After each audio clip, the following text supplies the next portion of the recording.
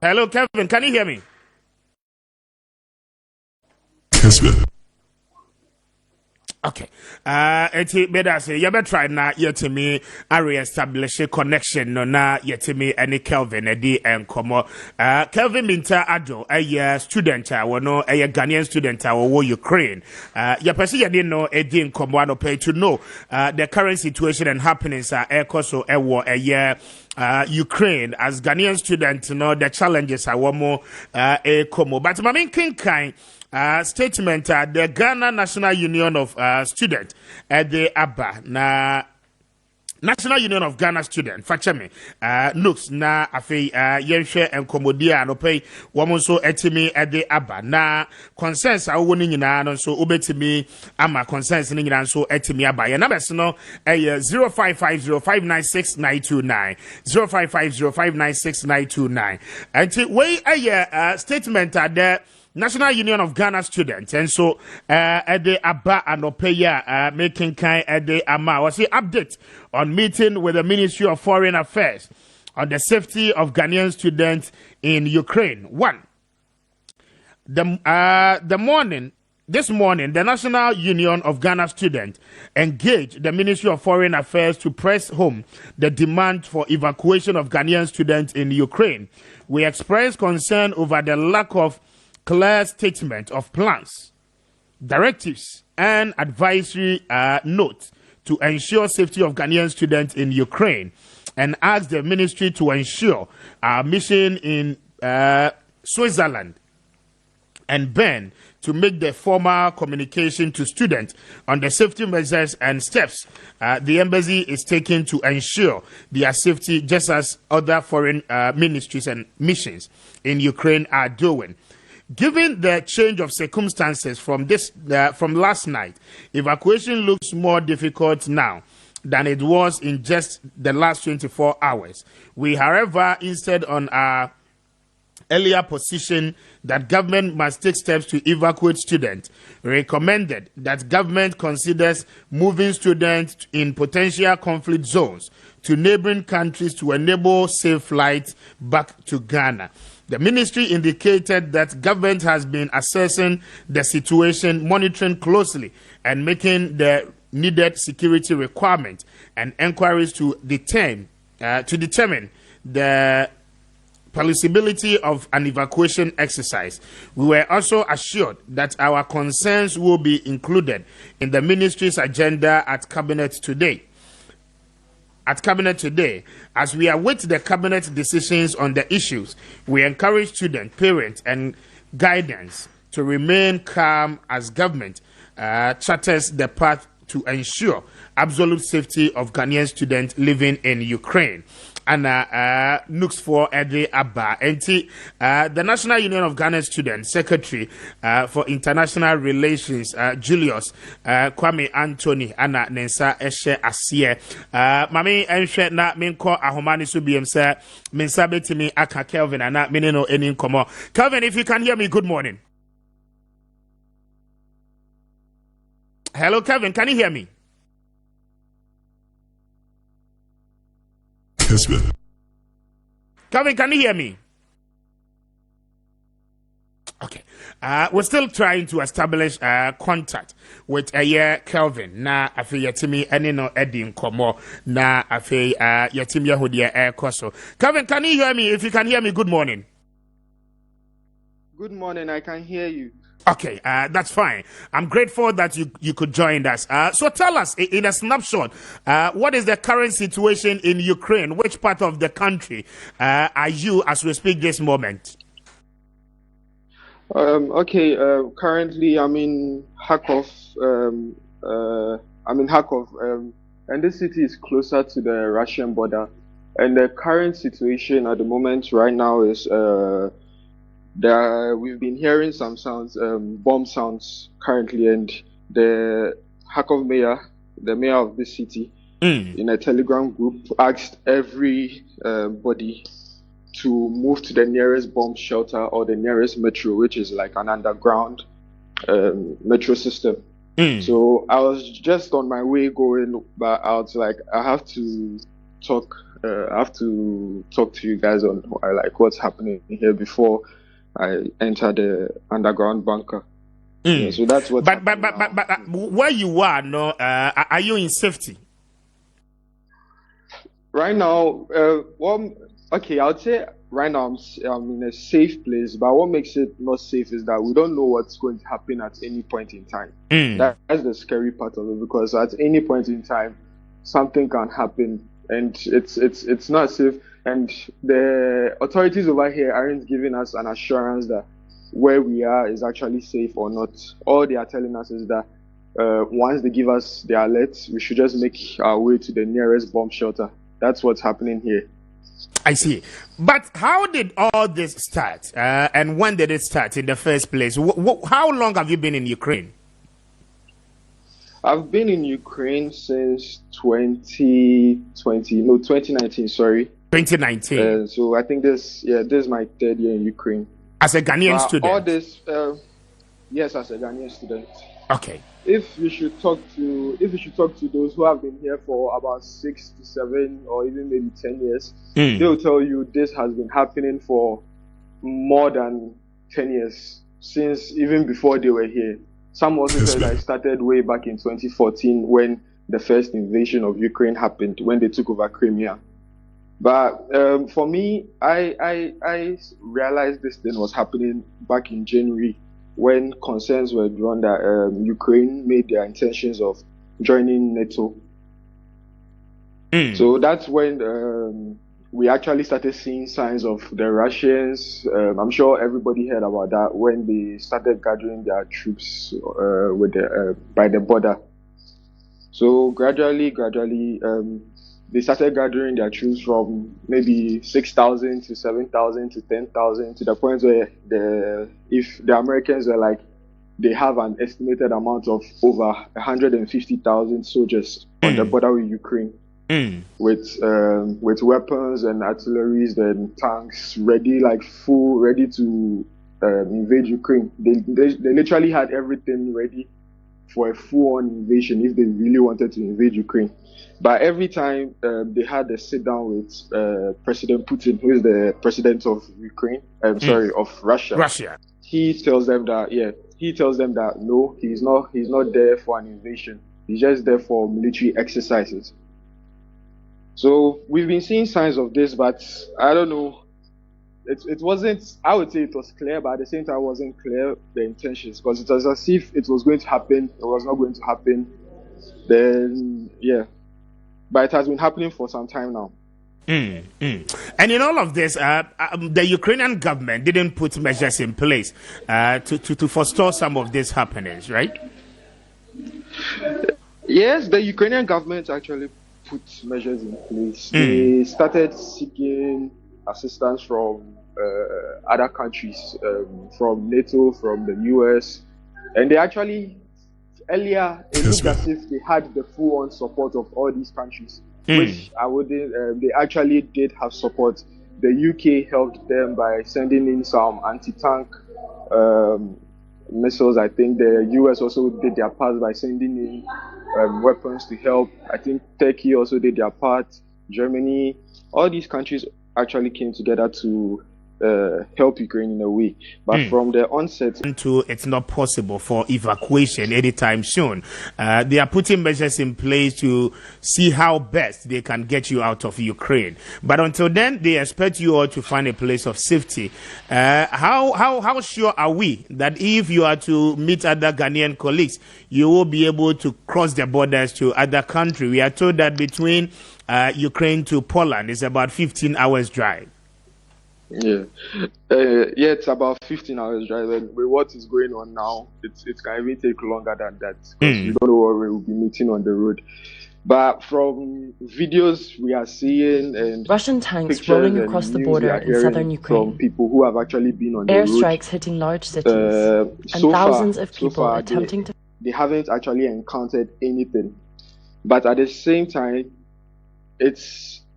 people are advising that we shouldn't take that risk of moving, of getting into maybe buses, then trying to travel. Military is actually moving fast right now they are actually hitting Kyiv very hard. They are trying to take over the capital. So they are hitting Kyiv very hard, and it's difficult to know where and when they are going to be. So that's what makes it very dangerous to move, because if you get into the crossfire, if you get between their fights, it's going to be very bad. Okay, but do you live in the capital city? No, I don't live in the capital city. I live in the second biggest city in Ukraine, Kharkov. Kharkov, okay. And how close I would be to you?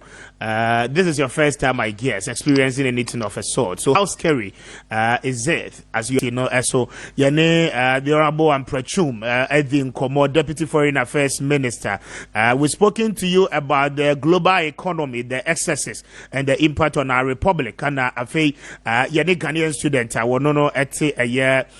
Ukraine so Eddie and Komo yene Ghana ni ba ko a wono so your friend Mr. Hackman wono at Dr. Hackman wono at Ukraine wono so etrade ewo Ukraine so ebedi nkomo enche na ye bisa se womo so no womo asetina mu no etisen na ede na ban so ebetimi aye ede aboa woni na busua ene Ghana fo a omo so ye tukotena womo akwakotena ye Ukraine enti made that say na Solomon Owusu, a member of the New Patriotic Party, Watina say, and Afema Jibril, former Deputy National Organizer of the NDC.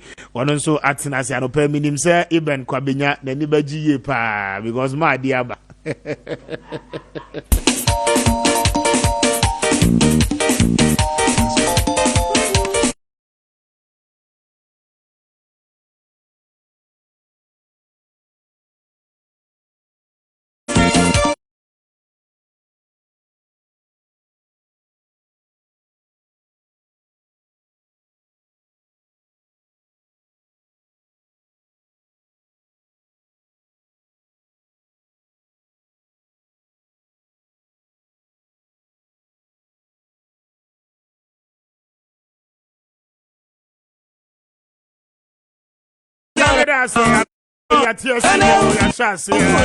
And if you are in Chile, serial colors.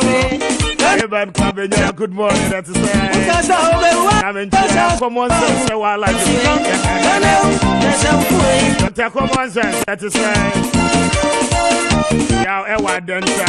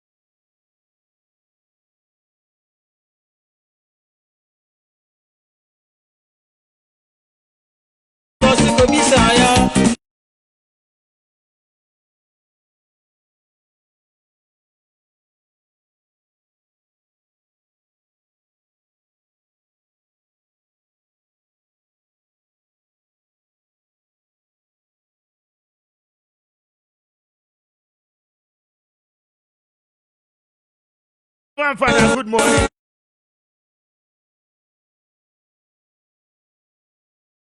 Queen of the I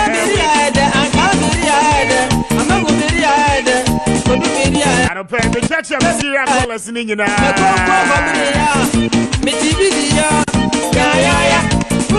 many things happening across the globe. I don't pay any home come up. International police.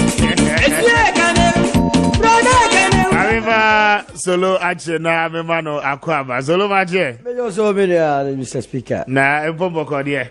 Engaye boko na de ekoso Ukraine. We are see ama Russia ni Ukraine ababe for nke de geti ha. Ukraine anyen kran Kumase boko ene Ukraine asem. Hwede akwa wiwie ya yenua no ho akokemu. Very sad. It's so sad. It's so sad. You know, engaye na so onyonko da no da. Show be about you so why the what the abodwene num say nsuo nsi ho na mechia ma di so ho na che incoming national organizer of the NDC. Almost say Omato Amanawi, except a Bakon also Ibuga as well. Kafu, election, Akamba. There's Akamba. At what election I will you who pinch it. On Ferry, there was a vigilance as I go to Abama, and this was to go moving more. No, Gajosi was Saba. One number one or cheerleader, though. Sir, at the end is for the more body, no member more dear to move to 46 or 47%. As I 44, no dear, a bond of 44. Some would know I see. Mama Diba, which with Mama 46 at least. What the lesser parties need some more. O my Yabina and the Aquan, you queen. Maddy, my chair. But you also speaker. Now, and Pomboko. In your book, sir. I didn't have money in your book. The tea Yama ICC or Ukraine. On my economy and Casano depend on international economy, so they depend. Until people we broke up on it affects you here. Yeah. Until straightforward, on can say a idea you have to be happy. In fact, just last 2 months, you bought more than 100 Boko. Yes. People who died in Boko recently. It was gunshots, you know. In fact, a change there, what we are hearing now in the French Ukraine. But you realize the economy in Libya depend on the foreign economy na use. Yeah. In the hoga cry about at least you feel it. And I don't think say in the next 3 days or 5 days our prices will be where they are today. Nobody should expect. Say prices now you say it will be where it is. It will even go beyond idea you expected. Until I say idea so far the only makasa ba ko mienu bi na makasa. Yeah. You will be out untimi friend no and kasa. Even though what we heard in Ukraine and it's Russia say is only targeting some strategic areas but who told say be in this areas. At least we are seeing pictures amount for a prapra. Obi o crap no say etu no nka no crap no obi no ne kuma tupa no a etimi affect no. Nti ebeka say in Bible na the Bible ama yenuanu ma ewo Ukraine and that he say we are say aba chemical kakra be to egu obi kuro mu crap etimi go beyond that country. Yes, it goes beyond that country. It's going to happen another issues whereby say even countries close to Ukraine say you know the friends and the chemical reactions you know I beyond Ukraine. Yeah, things will happen after what we are seeing. I think it's a worrying situation. It's a very worrying situation and a pleasant issue currently Ukraine. Yes, but I mean a buying say because you see no say yeah say no uti the honorable and prechuma or see where any politics asem because even the world most superpowers will be anu awetimi evacuating in Crawford even America and the Germans and the others will be anti me and yeah because flight be enko insure so nya de ship be ko assassin so they won't me and you know measures are in place cabinet in fact was the president has set up a cabinet committee one more monitor happenings in Ukraine one more in touch with the special consul honorary consul one no represent here because Ukraine no Ghana any embassy the nearest one no Turkey and then the other Swiss embassy and also Switzerland and you know those are the things but one money the Ukrainian government aiding so that brebro kakra bi ba one mo betimi the supplies any idea etimi ama Ghanaians so in terms of figures we say for on record Ghanaians are monim say 1,200 and Ukraine majority of them a student and they believe majority of them now so the western part of Ukraine in the eastern part now attacks in the they can count to close to 8 to about 54 people so far on record on the eastern part and you know these are some of the things minister and a foreign affairs committee catch but mean on that Mr. Speaker, I think listening to the minister and then the statement about here around this time, I feel sad to hear the government even directing the issue straight to political issues. But the government kind of lassity time now say nyama is here, they don't care. Ebewia na kasa na kodoso ebi na ye issue we ever start anybody who follow it international policies. Obama say American evacuated its people before now. America tell first in Crawford na dey ebesi no you have to leave. So now when they start here, they can't take care of you again. These issues came up.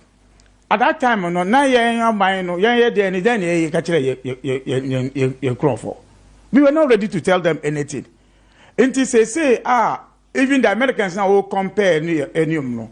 Yet 2 borders, yet 2 ABR. You can't even go today. Me no can say Boko who enter through Boko Eko Pusiga. Even Ghana here, you can cross through. This is all in your friends say convoy and answer them alcohol. So once the blockage is there, excuse you but before then, what was the government doing? In fact, when I listened to him on interview, was say they will send them support on the Duani Beko. Now who say you block you the Duani Beko say? No, I say money Ukrainian government, no, we say I didn't like I said idea Okanoa. What is when you are Udi Ebefa air? And I said, what you can do. And he said now Kevin Eka say they are finding their way to go to the shop to buy things and stay with it. Say yeah, Bompire say man go beyond this. We are not say go beyond those days. What you say? Because in the mouth now a play sheep in the yeah. So only you can Kasano. What are you telling them? Are you going to send troops? Who they are? In fact, don't Kasano catch I say or the friends say Alibaba carpet. In fact, he was insulting Ghanaians. How? Oh, he told us, I want for a case NTA show Ukraine for no boys, no, and I am far your friend say Alibaba carpet entrance on corner. I am that's what he told you. Into they say now it's on only Ukraine for a case. I said they're doing about the Alibaba carpet in Beko. What Alibaba carpet and a bit now so. But you see, the problem now, in fact, if you even listen to the president, three lines and okasa about the care of the people. Now do eka bebre no fuel issue. Say na better to fuel mo. In fact, the line bebre in fact, wakasa about the life, which you know say we can't do anything about it. But the impact of what is going to happen in Ghana, Omanya ya kachire say COVID by in the US na yeah strategy how to manage the economy. But we be now boss say no. And I'm on Peneka and say Ukraine a while bomb Munankasano be affected, you ain't be prepared to it. And you know when you affect fuel, it affects everything. So for me, I think say the Crawford war Ukraine must listen to the Ukraine government, authority, ebia guidelines and woman must say two bomb what they should go. Maybe the other thing that we can do. And I say, okay, Iska. And I can say, all the banks crap on how do you get those money? Their money. What I say. But I also pray, say, because at the time now, when you're in now, we even at our mind, what preparation did we do? Did we even send something to say, okay, but Munji way and come we haven't done it. And that's shown about this government, Bebre, over Kai-Kama COVID issue ever started. You can say Obia finding crop for Ghana government said no and any plans more. So I don't think that no more justification. Say Yariana ba osi enkoye evacuation. The omoba automatically spread no. At the end of the day, what did we do? Didn't we still intake people here? Yeah, for Biambo. Mr. At the end of the day, in that haven't we received some of the people here? What we are talking about saying this issue, there was sign and disaster as see one day. There was a sign. There was a sign this thing is happening. There was a sign American superpower in the world. No, catch in Crow for say move free mo. Did we do anything about it? What is a Ghana government? Akabibi Ukraine. In fact, nobody was mentioning Ukraine until this bomb started shooting. The Ayakani friends said it was a very foreign news in Asia. Ghana government did not tell any student, anybody in Ukraine, how to keep yourself. Nobody. So Saba Amoka saying last minute excuse and a modi my say you two body. So all of us know say you two body. Yeah, you name say two body. Flight. In fact, the first friends saying Adia hit airport. Adia hit first airport. And the second thing, and they said, Omo be and back to no to be for so mumba. Never found so Capagana was she by the Bako. Ghana, you are dear, the Bako, so ever found so Mako. And I say the you put in a liberal corporation. Yen to me in Franco. So we have the only thing that we have, any presidential jet, you know, so I say and to me in for long distance. I don't know say what me you should be. So we have nothing to use to go. We have nothing. So it just tells you say we were not ready, but the Kasano they are starting be no. Oh, Kasa can amount for they say government you know try say Kasa but everything that they are now telling the Ghanaians in Ukraine no idea of mind be catch and crop for say more man this is what you need to do. This is what you need to do. Again, when I was listening to Kevin, I was impressed with his analysis now, Walma. But 21 years boy away free Ghana, 18 years in Ghana, and cry one cat. Besides of free crap, I went to Manchester and crying him and I said, why do we forget about where we are coming from? Just so 3 years I worked in Ukraine, 3 years. No, but why are they? Mr. 3 years, besides say free, I'm from my besides say what's here. Or say Omodonine Mamiti Kumase, and then we'll free and bring say. Now, about to both here, send our answer of Obisana, dear, is you close to me, Eastern area, Western areas, quickly, or catch it out simple. Close out 18 years before leaving to Ukraine. Obisana and Cran now is not sure where he's living in Accra. When they show me, what time is I say, Bisani age, mammy, because I wanted to know his age. And also, what now Ukraine, this is stage called 2019. In the 2019, 2020, 2021. 3 years. Now, to me in Kai Wukrom. Now, 5 years, then Ghana, there's one Kai Ghana. And this guy, I'm sure, is on a scholarship. A scholarship, not the call you. And I want to You cannot tell, Misano. No, most of the students that are most are in them in the Ukraine. And that's why the government can give you. A bill in your government of Ghana scholarship. But then can be some crap. Thank you for saying because my son workers I say a buying insurance is on scholarship.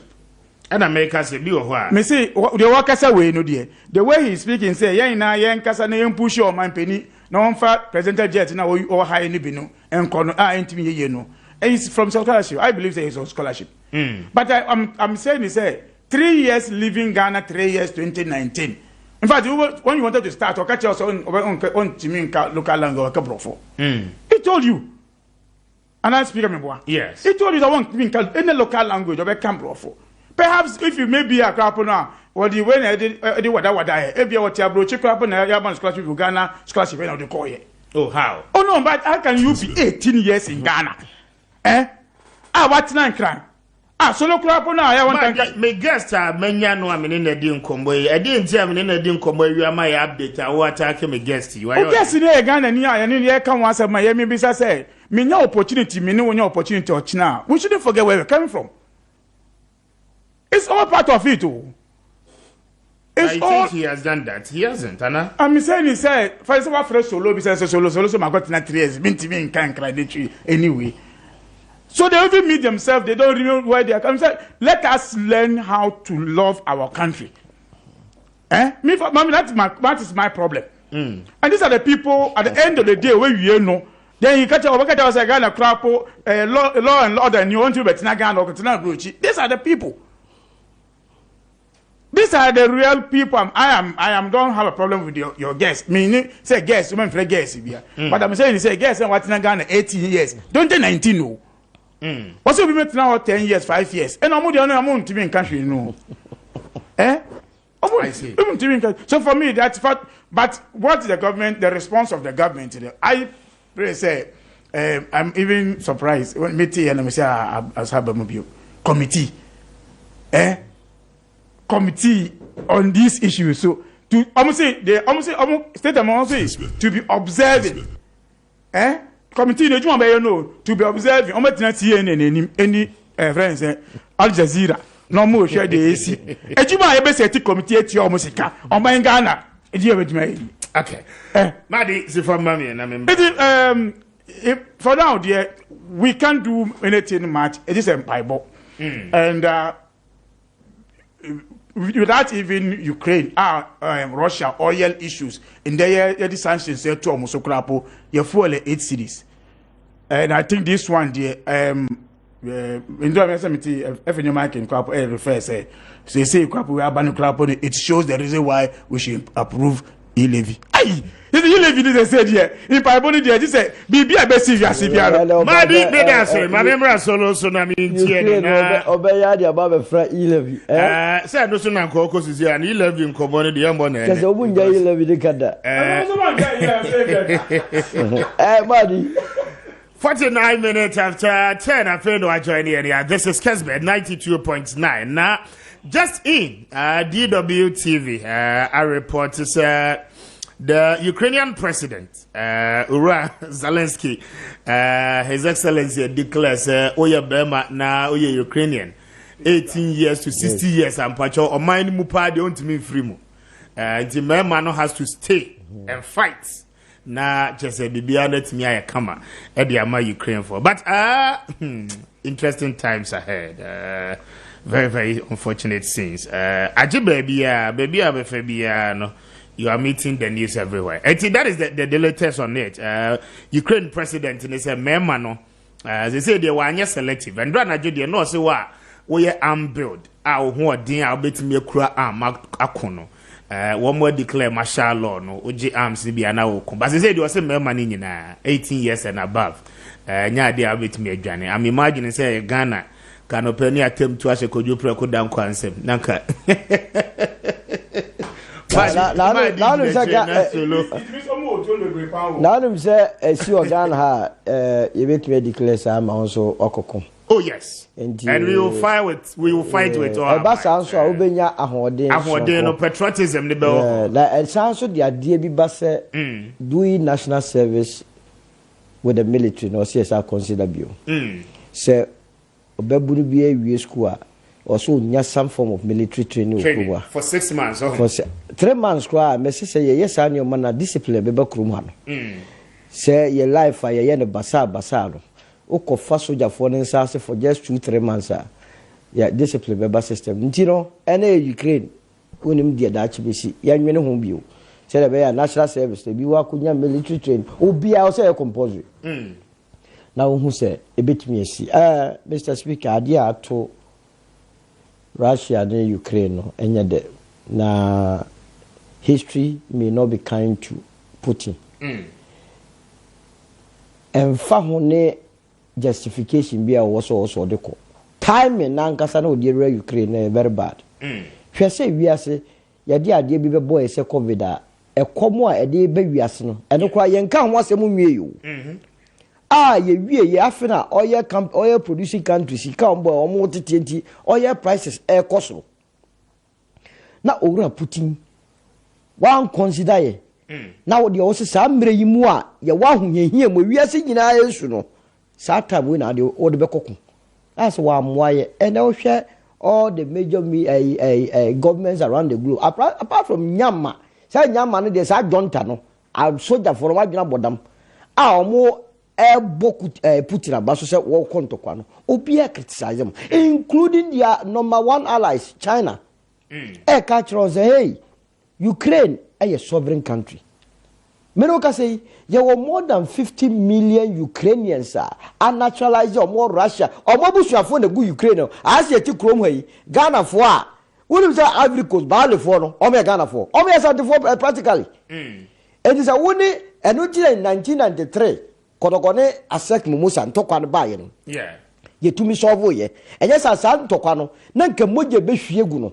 but rollins wura mu no ye use history ye kire won say one man no ba be ko an oni balefo na wo no wo mu nua Ghana fo enti na ukọ Russia krom wa ko na nkase mu no demonstrations are ekotia Putin no ano ahye because sankofo na ye demonstration no original obo Ukrainian ana also wo yan support na kokoto bomb feku won nua no mo ewo Ukraine anytime make say Putin may be on the wrong side of history as of us part this stage they say Europe yi mo na mo Russia na mo asase kese ana Ukraine etoso in fact nnuane bebre ayenya wo yekrom ha na ebi every Ukraine no na we kwa me akwa ko hu se ye ne asoman no o se atia se ye ntumi mfa ye ni ntu aman bebre so de bia deda eze santokwa ye ba besi 2022 mu no enso da se ye be kwa akoko santokwa yo enso asafo bi se o se ho nkom osofo bi no o se osofo asofo ogro mo mo nse omo ni entra enru entra boneso sha eza asafo na jeje so se ho nkom oh da bi je na bi no mo fia na se nkom no wa se nkom an se jo mama be win the less de bia so win no ma sa ba be she foforo na me ntia se no oti ase e ba ye se si ameni u kase oil price world market price edu atra 100 meboa yes ye koya na se bai enye kompa edie ne etiadie boni pa ne edi aye Russia for ni Ukraine for and just suffer for that but we are not be a global village so sanctions are there Russian companies including banks I am telling you say be affect Ghana ni bia wako investment ye fi say obi investment or ye Ghana ni or baby because Putin is one who say this is the time or person start to say or govern USSR Soviet Union bio because Ukraine na just okwa join NATO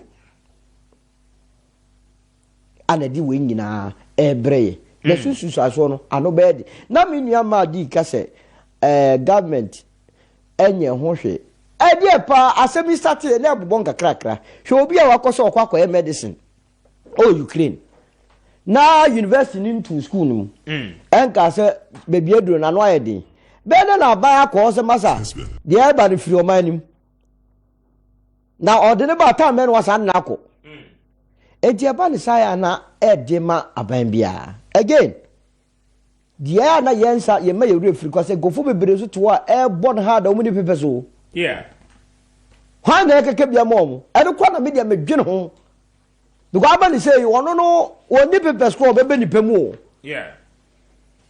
enti e be sere Putin santo ko ya wo koi gidin boni ama Russia gidin boni because you see I say I no mo wini o omo hu pa o but you see they are able to cover omo casualties if you say no matter how our who den say America say ne who den say so ba say oba Ghana ewiem de obetua to bomb na we see former we will defeat you if say yen nim say nima ugura ha ufa gata mu a obetue pie ma mobi ono oba no nim sa line no eju be wie na wo Putin e ba ye nra unu businessman mo hia mo wi champagne ana wo ahwe wonom say mo kontokwa no wie a wo mo nim say sanctions be ka mo mema musika na ordinary man na ye kwakuku no Ukraine wadwene ho musika na betue e de say ni para back a sovereign country mesra ayifo nso se o se NATO ekeka omo se mo se Ukraine se omo ba join omo eno so ntina omo nya sa amane di a o se mo so mo kire odo enya se mo kwa take position but they are not members yet enti omo ntimi nche expression of interest adia ekofa we nyina baaye America and Russia assign treaties bebre se memma Americans and men inkura ben wo Russia and men inkura ben America. And in the same way, my America so men in Guraeben Russia. This is the treaty. NATO no, practically American organization. Because America and allies only in Vietnam. It is what did so quite joining NATO. By extension, Russia for who say America for Kotikwaso abe on border. And you better power. Meaning na power no. Who ni pantum cow crowd between you. And Putin, would you survive this? ho kire no de be wiase keke aho kire be ba no anu ahyiye because see no wo hwa and American South Korea fo osu omo ton lot of semiconductors and electronics eba Russia do na kate Russia photon gas ema Western Europe see akate edi wa wunye sika obi nso oba beji wonye bie enfa ne yeko sesi ke ya nso ne enso kokobobu besia enfa ne kwakonya besia enu nti na otwe aba na okọ 11 no the right thing is 11 Oye day the asa kwakosi wo Ukraine kura be ma ba no other reason than to take taxes from Ghana for if they say the US na pasca ya besre Putin ya besre no entokwa we emwa wiase no bebi wiase edu no eye dialogue to the extent say enipa kasa ma Taliban for game ye nim se omo de omo fo antokwa so ena no pe Taliban for se omo sra Russia for mo mra ye ntra table ho se woni Ukraine nya adwena mo nkonko tra table na no baba mo nka Taliban no one man go mo de ya ye mfatuo no ena omo se no ehu hia ti Putin wana ne ya adwene ji akoko enu amehwe emma ne enkwada etu aka wo na satuo no what kan wi a na de na aba I don't envy Russians see here because of sadie wenti enu ya UEFA Champions League final ke be born on St Petersburg omo ye free o hweke bo be bo sa Champions League kwada one day no ne yi ehu sika nka mbenya e be bom economy mu Russia Moscow ho no ene ye free say de ko Paris Sweden na go ne Russia e o match ye twam say wiase no yi ne ho afiri ho wo so Russia wo hia nipa na de abobra aso hia obia wan o hia no wo mo a lot of reserves aputu wo ko Russia kromo hia ho no eso say ye de times 10 hia ho no enipa kakra bi na ye ana mu didi nsem hunu o I don't want to go into the history of because when you are Slavic, South Russia, Ukraine, ebusu abako. Kausha Zelensky dina. Wa no I have Vladimir, but I have Vladimir. Omu ebusu abako. Ebusu abako I na mukum ho. Enti kuna mukum ho no e na di peace be ba na say mo tenase na mo kire mo say mo de mo history e da mo a na mete mo ase. E na me ukumi papa. Na visa minyi na me Ukrainian. Na me be to say wo Putin ana o strike me papa. Many Russia be fine.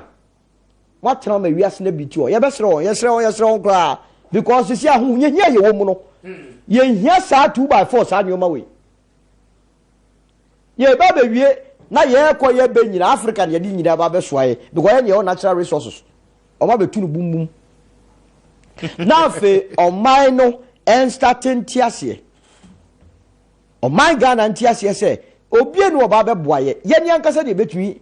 Assorti ho out and the yen ye de ni to say de bia be kram no e mo so be kofom entokwa ya abai e ba be kofom mo pizza na mo da no e ba be kofom ye ma ye ni nko ye local nuane na ye die no e local ntade no ye mo na nipa ntumi nyanyuma enu ne kofo basa ban ye ya de enu ti de akofo one district one factory aba sen ye be ya ye betumi ya produce nyoma na so semi sa economy ti yakofa policy bi ba ya mamu mia ntwetwe no na wunim da Russia be soro Ukraine so wo soro on so na afenio man ye important because see we declare no fly zone one say Britain for declare say ma Russia play bia ma take Putin so say no fly zone and more bia UK for so and no fly zone na just say e pusu nyira so no movement enye trade na kwa affect no enti adenti na so man ye de ho to say e be import nyoma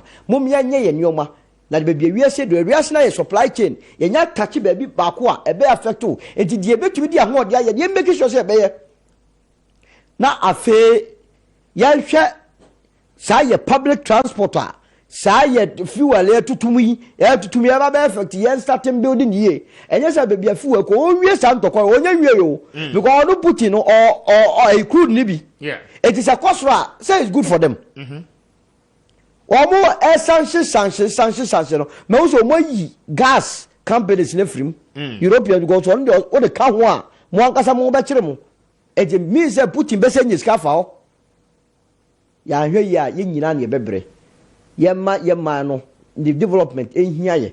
Na yetumi build ya saa Ukraine ne nsemu yi amam be affect yes ade bia no ye be spectators e de ne be ye e ba ye omampani de obepia so obe ka che Putin ze munya ntokwa aka wi na se Putin no akoye matwa wi so oto bomb no wanje a nya Ghana fo na be kire Ghana fo nso e wo ho no aba ne sei no monka mo hummom se motumi identify mo a se de be ye mo na e ba etumi akọ the direct source no man etumi aba be yimo frisa ahunye hiem. That's the American. All right. So look, better say 2 minutes after 11. I say try me na me try me hotia wa emra me koba you better accommodate ne sisi ya meba. Hey.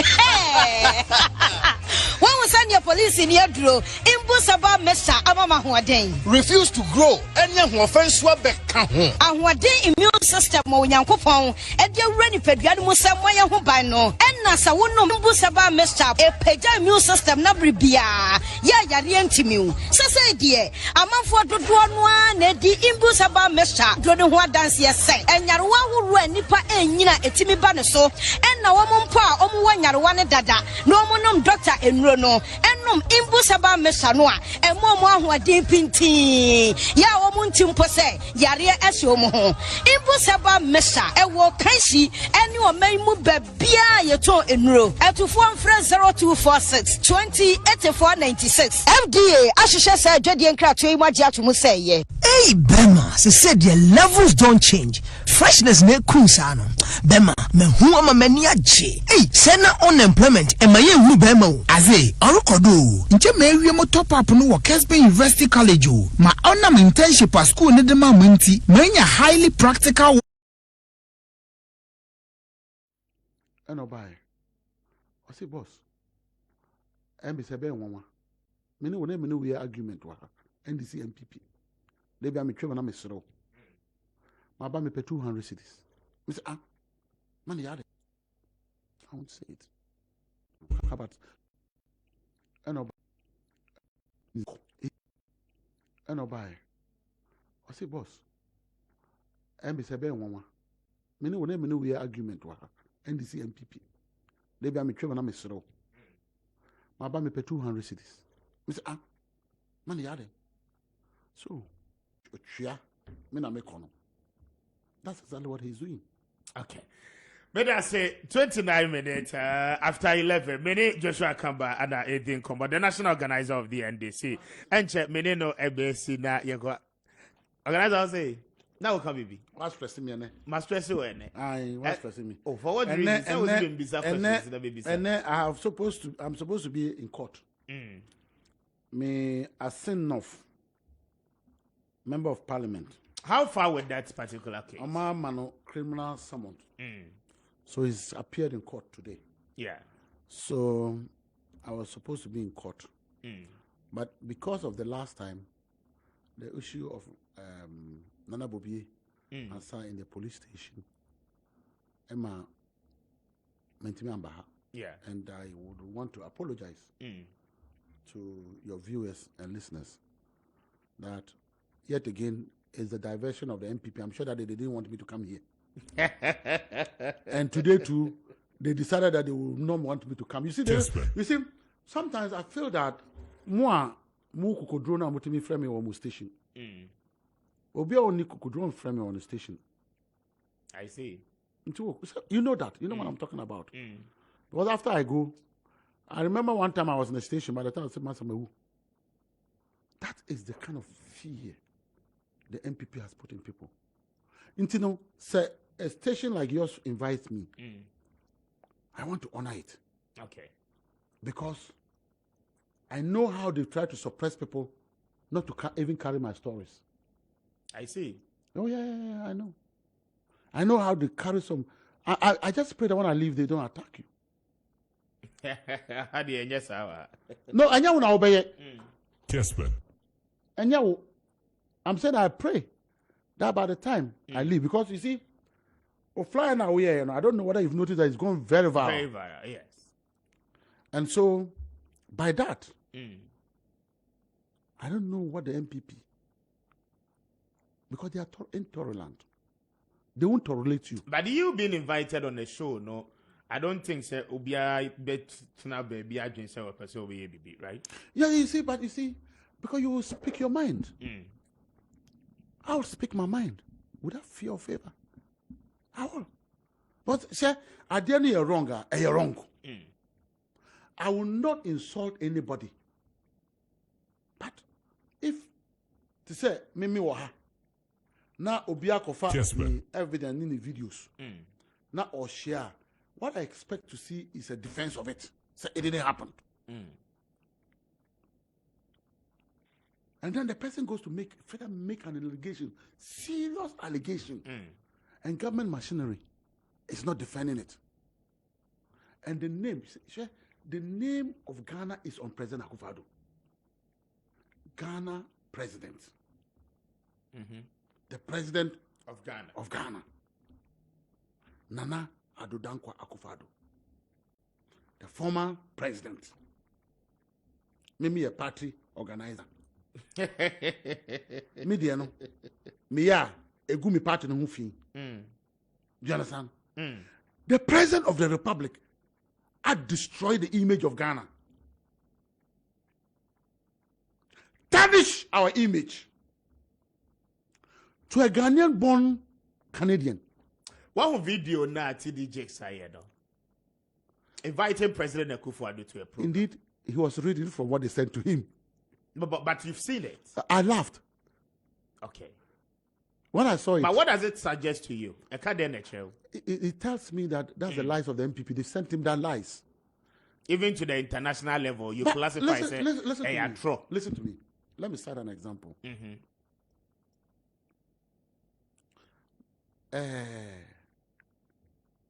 Your friends, I mean, what here? Now, petrol prices. A gallon of petrol is 30 plus. When you took it from 10. I've cited an example of somebody who cannot get food to eat.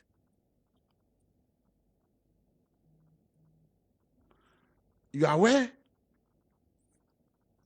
that even Kotoka International Airport, how some foreigners were harassed and they have to do live videos. Harassed of what? COVID-19 testing. Exactly. You saw how people did videos. Foreigners, they were coming to their country. They were intimidated and harassed the same way it's happening today. Now, or cancer animana, the people that are in pain know that President Akufo-Addo and Dr. Bame, they don't tell the truth. They are liars. Kessben. Do you understand? So what pains me is that they've made a man of God to blaspheme against Ghanaian. So Ushe Adena will be on the iPad no and all kind. That is the message they sent to introduce Akufo-Addo to him. But he doesn't know him. He doesn't know anything about Ghana. See what he said. But go and Google it. Even Dr. Bamia, they say that he's the biggest liar. Google who Dr. Bamia is. You see it. So if you had Google, it will tell him how the country is sinking. Me too. So he didn't Google. They sent him something and he's reading to clean him.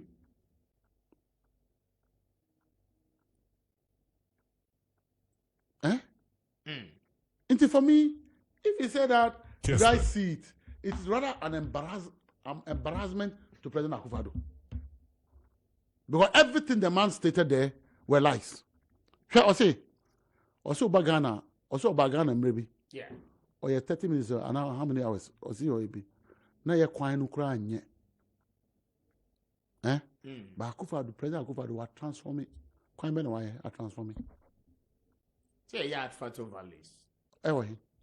Accra. Some parts of the country. No, yeah. Yeah, why? In the last 5 to 6 years. It was President Mahama project. And Obaye. And of course, more investigative contractors, no, because they think say there was some wrongdoings. And on one in your back, catch and say there are no wrongdoings. And also in Kutrium. And the contractors are back aside. Tell me which of the new contractors Akufo-Addo brought to come and do roads here in Accra. So it's a lie. Chief, do you understand? It's complete lies. So everything today, TBJ should come to Ghana and find out that how much did Akufo-Addo meet the dollar. And where is the dollar now? Then he will advise himself. That's why I'm saying that he got it. He didn't read. He didn't Google to find out what is going on in Ghana. That even as he was doing, there was a demonstration that President Akufo-Addo is trying to rob Ghanaians of their money. And that as he was reading and polishing him, there's a certain lady called Sewa Bruni, who says that the president had perpetrated crime against her and robbed her of her money and robbed her of her mobile phone and robbed her again of a citizen's passport. Uncle Behu said, and then journalists can't even come one answer. He would have seen that President Akufo-Addo had become somebody who have defended corruption ever since he became president. Kessben. He would have realized that after going to election, if he had performed good, every second term of every president, he increased in votes and increased in parliament. And they are told us that today, President Akufo-Addo's party is not the one chairing parliament.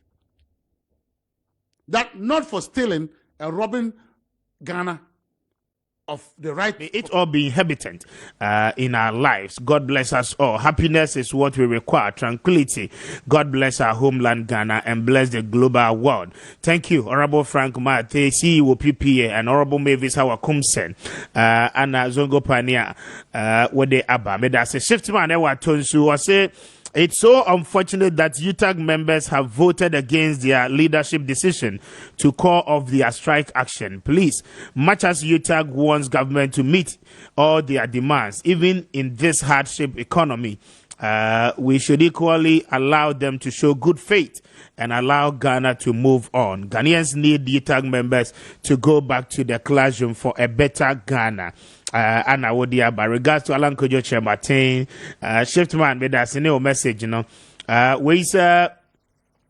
morning, Mr. Host. Stephen from Wasel Kropon. We, the contestants in the upcoming polling station elections, give thanks to the Honorable Owusu Efi Yakoto for paying for the fees of the forms for polling station executive aspirant. We are therefore assuring him that indeed he deserves to be the next flag bearer of the new patriotic party and a perfect replacement for President Akufo-Addo. Regards to the better replacement of President Akufo-Addo, Dr. Owusu Efi Yakoto, medase any o message no Sule KTK Sunyane and Adifri Alman Bagbin became Speaker of Parliament. The image of Parliament has gone down drastically and completely. Alban Bagbin is incompetent, just like ex-President Mahama and Martin Amidu. The three of them seem to have some things in common. How can the Speaker of Parliament behave like Kweku Ananse? Today this, tomorrow that? Alban Bagbin lack leadership qualities to supervise Ghana's parliament. Worse off to speak, Speaker of Parliament ever the country has recorded in its history. Long live His Excellency President Akufo-Addo, long live Ghana. The battle still remains the Lord's. Anna Sule, Wode Abba Anope. God bless you for your message out there, Abba Anope. And those are a couple of messages. Anope Mode Abba Matobe Boase Akinkai bi Mame Emra Ma DJ Bro so UTAG nsensem no na you free say na wotwi mu de nkani nyina no etu be kwa kwotwe ba bi atwe na adwoasafo nso aba be a very topical subject for discussion within the week ni nyina Mame nti o ma di ma yesha se mfiri adwoasafo na yemfa mewie ewo UTAG. Before we cause our issues, I again want to remind ourselves on the Ukraine issue. Over Ukraine-Russia issue, it's about say we be independent. We I na be a idea what person obey. In there, o man Ghana, when me say we constituency ba ko a, omo ni MP. Kessben. Sir. these things great, it can grow up for it to happen, to anything to happen. Because your mind one for a while, need a friend say, Sika buying a mom, tax, but I'm buying for Sika, or a quage will be a mom, ye need MP. So I'm buying and share. And those are the things that when he's growing, you will not know what will happen in the future. And I think that this must be a wake-up call for living in Ghana to look at this SAL issue. Say, either say, Mama go join at the office join, and I say you give them that independent, give them their MP. So, and I can say, oh, I like the way he presented. Say, Dupen Pensubia, you never doing the ebet of my Ghana. I mind Ghana, where I can say a jet or Ghana, man penny want to know foreign jets, not anymore. When you have a president that is showing the character, say, media or mind Ghana and your money and your this idea of ever approach here, Ghanaians will not depend on the little thing that you be. Ghanaians will not depend on it. Yes, we admit to say, this is a time we say, yeah, all your review, no crap, you to me, young audit, you will say, send a young for oil, no air, these are the areas. How we have to look at it.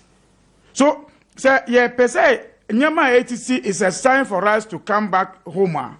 Then you ask yourself, say, what are we even putting in place to get things right in there? In fact, we share videos, you know, friends say Ukraine, God forbid, say, Nyama way say, you see the way fire service, Juma. God forbid. In fact, I had no fire service doing so a now month for so our pine. Now fire service oh now you so month for so pine and so. And so tells you how ready some countries are. So I say here to bomba, utie report to that. Almost say BB ba. And go to safety. Go to safety. Safety a whole city. A whole city. Safety is almost say underground, which means all your underground be to wa BB bar a bit alcohol. Ask yourself, say BB bar. Let's talk about war.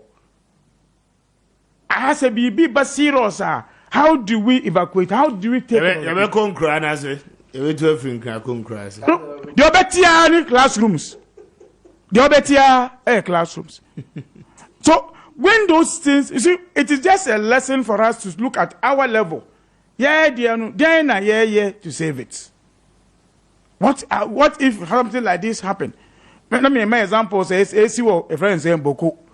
Ask yourself, what did we do to even protect even the private persons? They are not involved in the war. What did you do? Yeah, jail be any faith. In fact, the last gunshot that we had, whether you are part of the conflict or not, people don't know. And these are the areas I think that when these things are happening and we are hearing the news, economy affecting, things happen in Ghana here that affect economy. Because let me make a Boko issue. Before, after Boko, Uko Pusigo. And this Obia contract say, Midi go load every incline. It means that you cannot even cross through Boko to go. It also affects your economy. Yes, a friend say, and the liar scale, no. We should also look back, say, in Yama say, no, send AC, no, she didn't happen. And Jabian, it is a word of argument between Dromahine and Asantehene. The same issue say in Ukraine, anyway, or beach, low power. But we didn't hear anybody looking at it.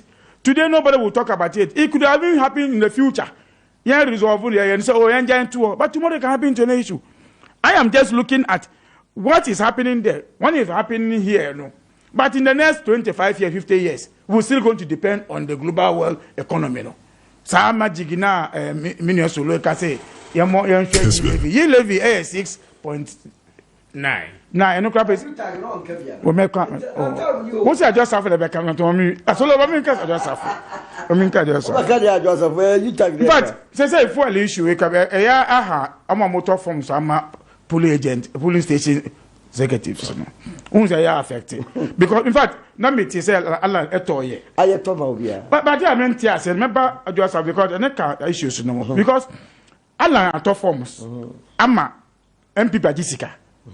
Now, I say, But when you say no, na general secretary atan jisika, e was sika na yaton. How do you sell things that you have sold already? No, I know they also vice ko jisika because all I chair. No, na mo get issue also. Aye criminal, aye krono. And also different. That be general secretary yes aye krono because what kon ade no wi me dey na mato. No obi so say me be tu sika wade no so. Na so ntumi ntoni nyina. Akra. Debi o tu ni na. Ya tua ni nyina. Omo tua ni na, omo tua ade amu ye ni say. Omo say ye tua mo de obe contest election bia. They didn't say ye tia for mo a ewum da na mo mba be contest obi a obi di ka ba ko gbo de ente matisa o me say wo ko di form na form na tension mo free wi a ye sin aland dey ni but me ya wi nti mo di tension je ba me sika na oni ma no say how do you run party like this and I mean me say mo form so no mo to form so na mo di say party nti the what party ase adwuma pa na what me to the faster mam nti aland party na so fast thank you dey enko a friend, I just have for issue and the Akadani problem am a MPP. You see, right from the say the chief of a friend say Chebosu in Parliament is a failure to MPP. Oh, most MPP are saying, oh, a speaker. Uswe ni Kessben as a leader. In fact, he's one of the leaders. I feel say. When Timmy and show that leadership in the parliament. Ebia, the agenda of becoming running mate, no, at Tony Timu to Bamienti, at Tony Timama, say, no, I just 1 year and he's not able to do. Because, see, issue of a friend saying, I just have for start here. At the time now, I didn't see that our mind Ghana. Say, Minister, or Montpellier, say, Koye Juma, our ministry. Na minister ka tell so mampeni ade a wo ye ade a obi ye enye mapamo no o mampeni se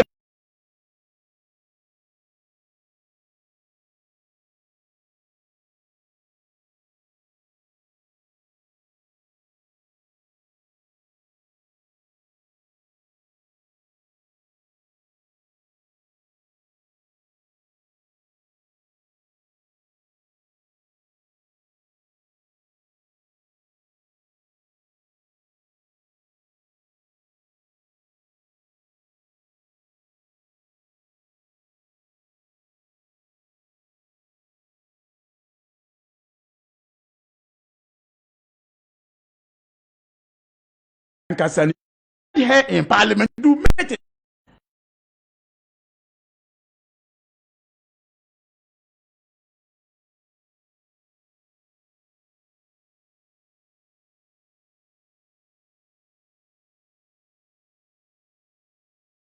I saw a bribe no. And now a buying chill no, and you got 2 prison cells. And you got court say a fraud. Now in there ya your friend say can of friend say can Japan abatina television so was it chief of staff or man a bribe at the bribe I got 2 your friend say I just suffer was it or man bribe na okay was it sika so I got a bribe na say a friend say chief of staff 1 man for sika sa obede hu that be want to work and which mean na ko mo obi na ko wan kasa because na kan ya mani bi onu Kenya Japan because we had ya mano into about the bribe say faculty account no convince no bra we a issue of arrest say about for say you can sika no a mudi ko no na mudi ko I think say the MPP leadership and emboa the government and it make us also you levy issue it's about say na minority say na Ghana for budget mama or consideration na Ghana for ya say munim musuba bia mudi sika no enyefe nyama we ended. Then you have your own MP to come and Kaja will say, yeah, the 120,000 at the more say just to come and vote. How do you think the Ghanaians will take you serious now?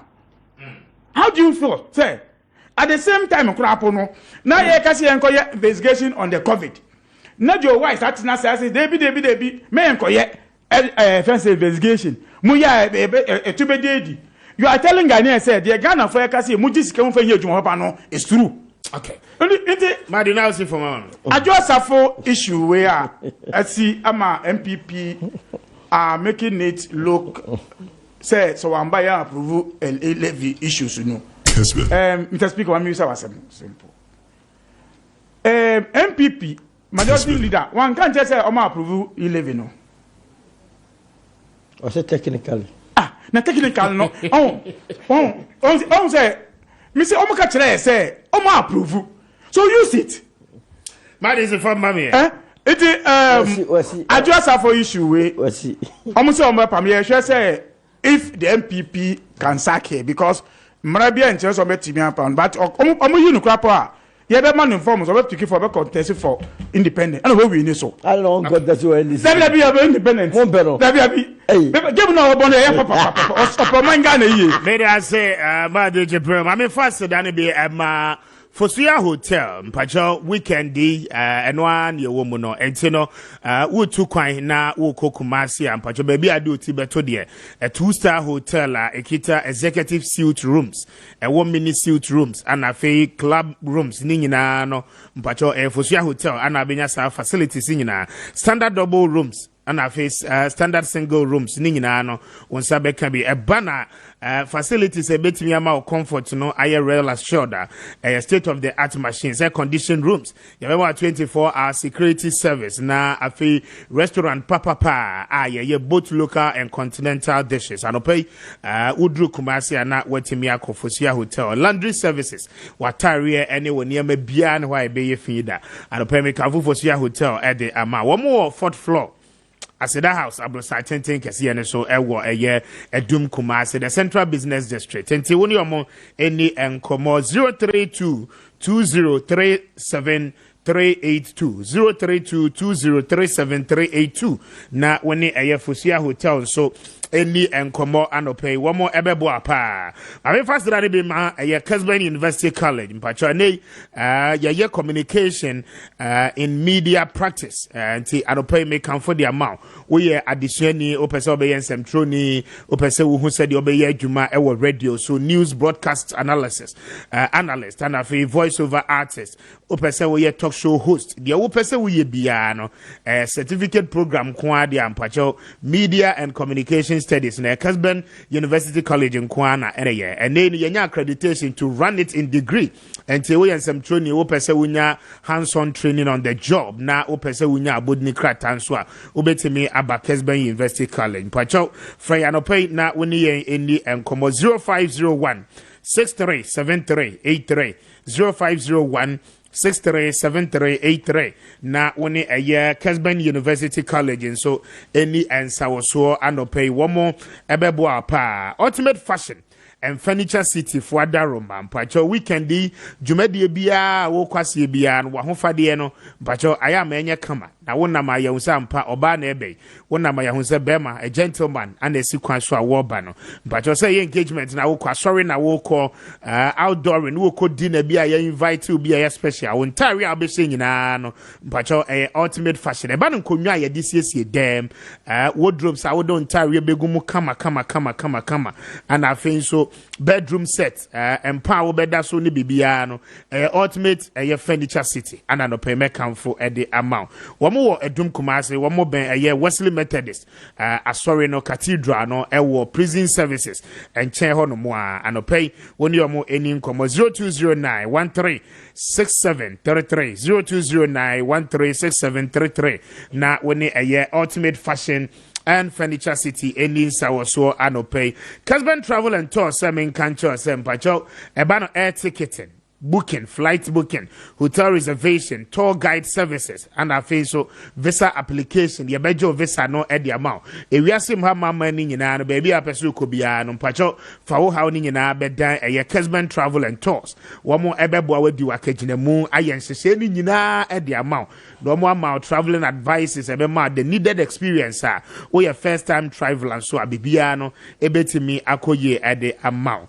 Udu eduma Aseda House ube hu yen Edum Central multi-credit bank no edan kese ni mo ana fe so magazine so your multi-credit bank no edan ni mo ape ewo macro traffic light no asie ho no ma no pe woni eni nkomo 0596 102667 0596 102667 na woni Kessben Travel and Tours for any ensawoso anope oposi ni na draw number na ba ya booster ba mesha but COVID-19 ba ye no eno a na de abusi ye immune system no anope me kanfo e de ama pa baby a wo across of my Ghana bia won sabeka bi na watimi atoto bia no nom bia boa ma hoden sonko etimi aba woni paduanim oti region obehu yen wa obehu yen bogatanga obehu yen ana afin so oban kran kan shi drug lane yenro no ahye ho ma booster ba mesha ho asem ana menewo eche no enti gonorrhea show so pressure who stroke waist pains and fatigue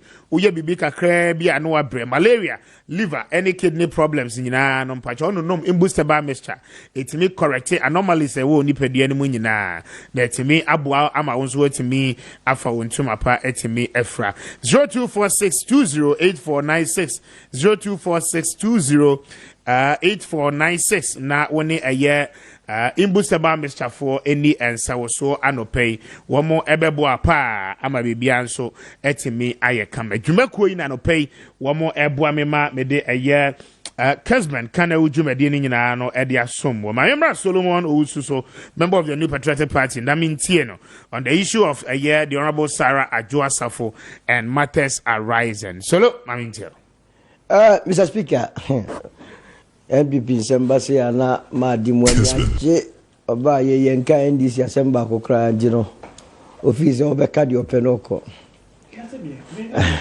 waka bi aboye unja MPP no ba go independent de ofe mu se bo mi nko fe lusu o de mate muko tutu ma bi lessons are ko tu o de me froze mi o wa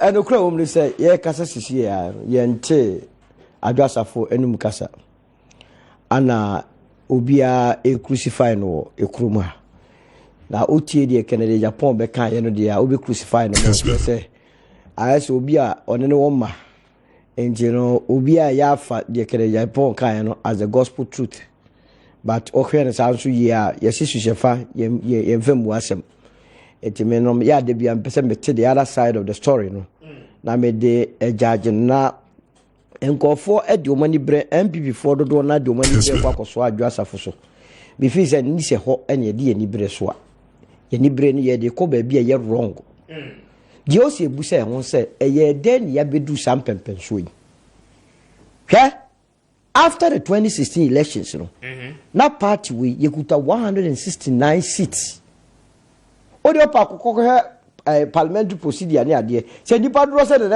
absent o free parliament from our side obi o ti fi onko parliament no basata me ni ese nam dodo nipa do so nti no se mienu ana miensa ekotera ba bia na mo onko parliament no kra na yenye de ye mfili ani tirimu ko ya yende tiaba 2020 elections one more so we chief strategist political maradonas party owners ye show wani Mr. Speaker wo ye wani mu nyafe ye ma won ko election ni bi ni you afrim obi pe polling station form no ba be a polling station executive no dia some party no na nkofo bi so mo ye mafias ye mo pam omo na sa nkofo no omo antumi an contest ni you no omo do ba reho no omo cross to the NDC obi pese obeye a coordinator electoral area coordinator constituency chairman youth organizer say yes o woni anya adwene ni you afrim ana didimu because o madwene mu no 169 de esu ahwan ya ye benya bia 140 150 ana omo ade omo pe e de wonu mu a emwa party ni kanko e ko contest elections ma ye as parliamentarians parliamentary candidates your coalition executives in the selected yes executives no from the executive from the party national executive committee right to the presidency and as I deal with yes so boy ya or how are you come parliament or say this swear almost squarely nobody must go and vent any anger our address of why so innocent those who say 169 no and then you lose 31 ye lusu wanti ene ayensu ano na yenya additional seat of the NP absolutely yenya one ma emeni di emeko lusu sa seat no asa ba be ka kire se wo mo nyensa nto aba ma wo what are we talking about What lose you? What lead you into war? Says Zelensky, any Putin, Baba Queen, na Putin go lose one. No Baba Telefie, no Sababa for form say Russia, and some for minor, and some for more, no cool lead you of South Africa. Now, but you Baba Sadiano. And the idea cronies, Ecoshim, your coalition, and you lose heavily. Parliament, and a bay chimpe.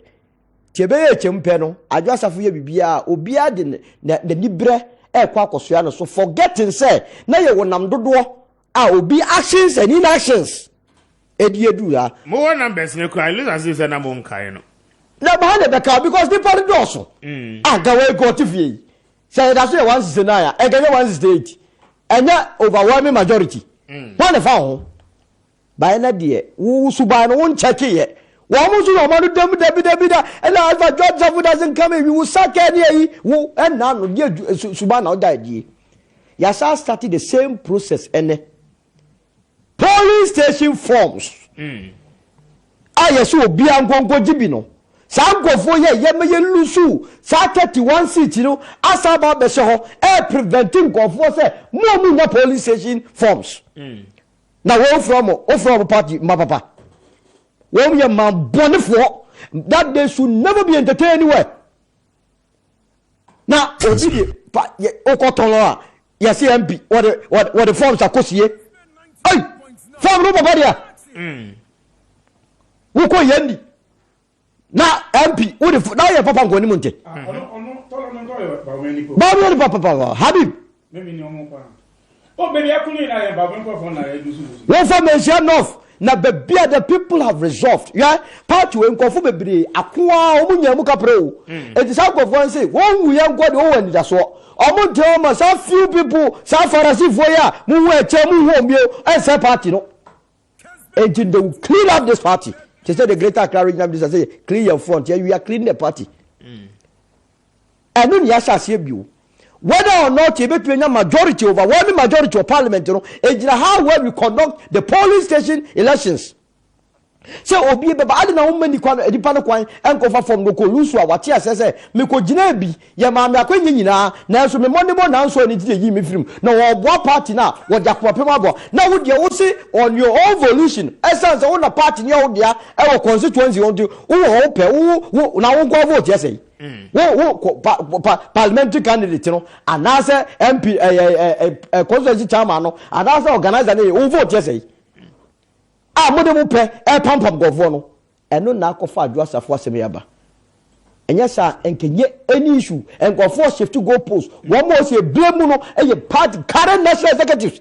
We are told say adwasafo make certain demands opesa momfa deputy majority leader no emfa man said in another first time na odisa post na afi momfa cabinet ministry ba kon ensan kane ho whether or not aseme ya okay what you free your friend is adwasa for him on kasai and the other no say you draw conclusion maybe sir since when the natural justice a free yabrabum say you tie one sided story they are running people down some of us say no promo ana I don't want to rely on Kennedy Japan and someone can say it's say Kennedy Japan kasa adwasa for say ni tro I must also agree I was saying busum you busum here you interrogate issues no.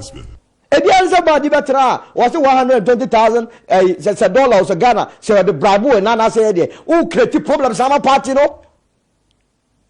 Because if you need some command, what Safo 120,000, and they are doing now, they call members of the party, MPs now can say, hey, that's why the Mr. Gasa in my parliament, you are better Scabremy. And they are the way we are somehow okay, as soon as we part to the party.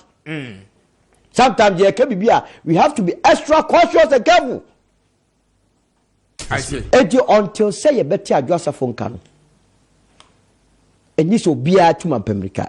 Na se free say je waye no so ye party a parliament and this for na wo class betimi ayi start process.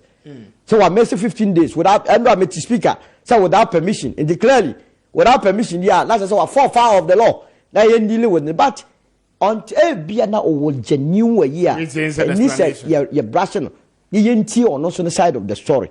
na ye de kataso mumuaso party ya ye chichiri ye de onuado MPP party me kapa ye wote campus na 10 na ene ye so omonya no na obi akwa fere so obe bie na no so ka so ye NDC ni I'm telling you ni obi timi siaw o hwe woni mu a o ye oba ho first abayo de ho for MPP ni I'm telling you ene enkofu bi enya akwanya a beji party mu aba be sisa party ni shebre okay so let's inform and we will not sit down for that to happen you know yan to ebo ase na Joseph so mesrew se mente wafa no bebia wo bia se wo tiri nka se party ni na aya obone e boro so sen kura no a kan hu se enkofu bi ko gina wiem eto abama wo the people of Dami Kwabenya se apanya pana nya ho na adodo ene ye asemu a eye binyo so beba mesrew emfa obi a wodi party ni ho enimu ne eho abufuo emfa nse o family eni onyam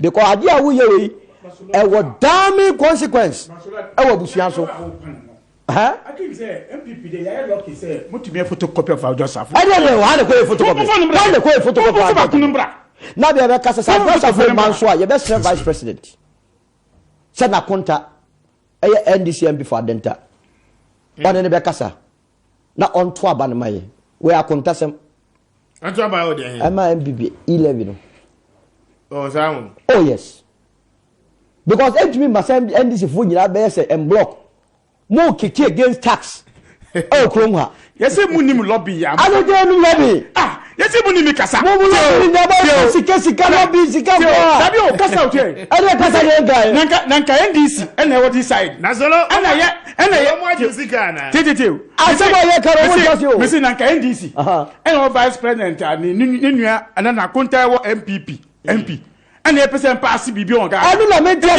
akonti na me vice president say sa Joseph ma what dey say no on na konta nkasa ni me say but on to aba I feel me tell me say tete I feel tell me say ba obi NDC ni o ya ka kire murada wo ta na mo ka I ka tell me say NDC mo say debi oh that be is a man of MPP yes we will interrogate this matter I disagree with you anyway I want to be obi nkasa I don't be come so bia what do I say I mean kwa ma so da me fa phone calls no na yemfa na wachi ni wodi ni nyina no emfancy 055 2911 929 055 2911 929 0550922929 I mean kwa homa so da me fa first call hello good morning Mr. Speaker na pombo ko de erade adomo Roman father Mr. Speaker ma me fanta ka te da hambo jan you ra to halan ko te matin na men cha ta me oku na sa lo Christian fa ni doctor bi ko dia se akanta de no apani de nja ka se ma Mr. Speaker se na na woka no o se we emini hu se this time parliamentary election you want November and leadership na o se tin it's about development so what you say old guys no the real no fast to any NDP for no tini kata no o mo tini kata ma NDP for ni bi beka ho na at the problem that some your just the same applies to the NDP work one o mo tini NDP for ni bi kata so what you say no man kata no ma ye e na asia ama leadership no this time no o mo tini ni o mo tini ko mo tini e mu be 3 bi one this o mo tini meka ho to aba na ma yem pass 11 but I'm a normal answer and then they say a school for near the idea for post room now for form quotation near the university near the Google you know so that it's not good and at the same time so no but some people for leadership no woman so my idea yeah pen attention at the pen and this time institute the thing when member here to it's what they like to over certain things to be about me and when you hear you so don't allow to come for job May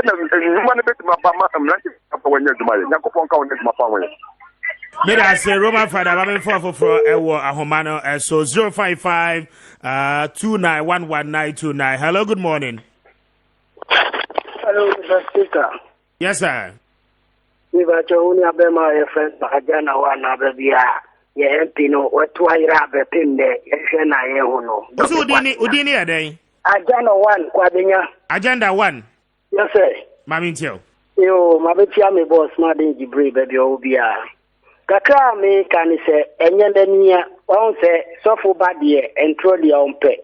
O si wa bad for the needy, wa bad for the poor. Na mu be pass levy no abehye ni mambe boss say do me kwa benya for boss say sebio me ko pe bibia bremo no de how e na ba wa twantro Nti e krasa maka manya wi opoku fa no ko odware a le humpa nti mu fa mu party na me kontra America because of the have the boni dina de bia adwasafo. So enough of the lies they are lying to the people of the nation. Omuni bibia maye omunko Ukraine ho omunko fa yenian mumre period. That's the agenda one. Mame for 055 2911 055 2911 Hello, good morning. Good morning, Mr. Speaker. Eba kwadunya as you say. Adomnia you na onze. Erade de yanko ache. Mami ntio. Yeda cheda mponyankopon se. Mame mbo ma dijibre abaso. The way wa there just issues na minchia ni ama ashite na ni dudu na anope. Na oni bibi eya me asifem na eya me areho. Mr. Speaker, so kai quantity akobam no. So kai. Yes. Onse na se omo nam no mo godewura. Akobam me tie ye me ya me kotojo ye me ya me sisi ye me ya. Na akobam de say yare bia o. Enne sa na MPP and your man penny na do pese ti ase se ayi levi no. E say yare bia e ma sisi akwa no Mr. Speaker say so yi Mr. Speaker yi Eben yi ma di Jibril yi solo out studio e ha dwene enne a whole deputy majority leader e ma ya ti ase sanke ya ji yi levi atuma se benye sika akwa fa ye nuanom nti anya bia 120,000 na ye di ma the MP aye hu bebi anachi wa ye di chartered slip kofa no sa play dem timi nkonko fa ye nua na omo Ukraine ha din mesre adisredi amedi se me mampeni ene anopeni se so mi giri so otie o bi di nyankopon di panicho Russia and Ukraine crisis no e betimi ha ye when it comes to what oil ye wa crude wa ha mesre no na to eye adwuma abra ye di tumi ma no mesre no omo dia so ma to aye adwuma na crude kakra ye nya efi Jubilee Field one. You bet me that refani yankasa yam petrol. Say, Mame for 055291199 055291199 and no any numbers. No, hello, good morning. So unfortunately 055 291199 055 291199 and no any numbers. No, now in far away. Hello, good morning. Good morning, Mr. Speaker. Mr. Speaker, your friend Abolu, Mr. Fialaju, who makes your friend Mr. Common Sense. Common Sense. Mr. Speaker, one say, Nina Madi, Wakasemina. May I send back a woman MPP for Omni Ghana for Endini, Mr. Speaker. And now to say, catch your pain. MPP about the levy, Omudi call Parliament, Omachew, Mr. Speaker, Nini Abolu, Yama Omudi Scandidate. Aside that, almost starting this town hall meeting, a horn and yami, and starting expose you, actually, they are Ghana for the NDC for a cancel in Kofu Discabe and Yampa. Town hall meeting, after a better contractors, you see, Assembly Common Fund room, Yanko Tia and Noah. Now, after we might say, Castle Ukraine, you Russians and same way, and you let this Kanu or Wanka, only Boko from one someone can and check Ghana for. And nothing a year catch them would say, and you dream part and they did scale because some catches number my production, not taxation. That was the promise they give us. So, what you want this to Mamma for you to Mamuko tax war. Mr. Speaker, I'm penny teaching a penny. Young try you levy beer. But I say, common sense more for and to us, so 05529 11929 055029 0550922929. Hello, good morning. Good morning. Yes, sir. Erade Adam, you're here. On, sir. Because your MPP. But you did this, I'll cast a free. From Nicholas Mikasa Free of Culture. Who cast a free? The culture. Okay, Mammy tell. Yeah. Because your mission is vote my MPP since Kufa time. But this Nana do, we give it about betting a big Maya. 4 years, 5 years now. Then we say, by they not to me, Ghana for. Who to the Bewing? If you end it, we have to forget about them. No more, they are to Sana. No more sorry call. omunyo obi na te ye fa ye hu ti omu so se na do sika be na o say ade why leader na do why it's very bad, so let's forget about them. They have nothing to do. So thank you. May I say, Nicholas, thank you very much. I mean, for 05529 11929 05529 Hello, good morning. Good morning, Nicholas. Yes, sir. But you did this all free. Idi Tabora Lodge, I mean, to your coasem. Minchia, foremost in a power. Minchia, me brother, imagine, senior comrade, Michiana power. I'm say MPP here to see power. Why justice to the issues are? I say modification of power, especially about Adwa Sapwa issue. I don't know. Say MPP Fanga say minimum anti-nasi. No more being and say a ban saying and our banana can know a friend say second deputy speaker. Then they see a command minister. There were in say MPP for the Mamenako and it's now mind the oil no oil. And she also can Japan or can say the MPP for there now. Or a car, very announced first video. I'm a NTP party now say. Yes, you say the IGP. Somebody in one dance here, say, or no, service, or IGP, Ukraine cry, but say, I didn't call Ukraine over Tantakwana, or say, or chicken in the fortune. The son said, who shall listen via our canal? And come in and make us a sapana, and get ready, the number not get me. In Sambia, can the poor economy women or say, IGP invite them. Mammy Fonsi, I'm picking my last caller now. Benfa phone no enfa NC 055291199 055291199. Hello, good morning. Hello, good morning. Yes, sir. Yeah, I'm in Shao Pani, my power. But you did this, okay, sir. But a family, I'm a Fradenta. Yeah, I'm in two Fradenta, it's saying. Nanadum, Pastor, I live in India since I own the parliament. My general star, and I'm a shake.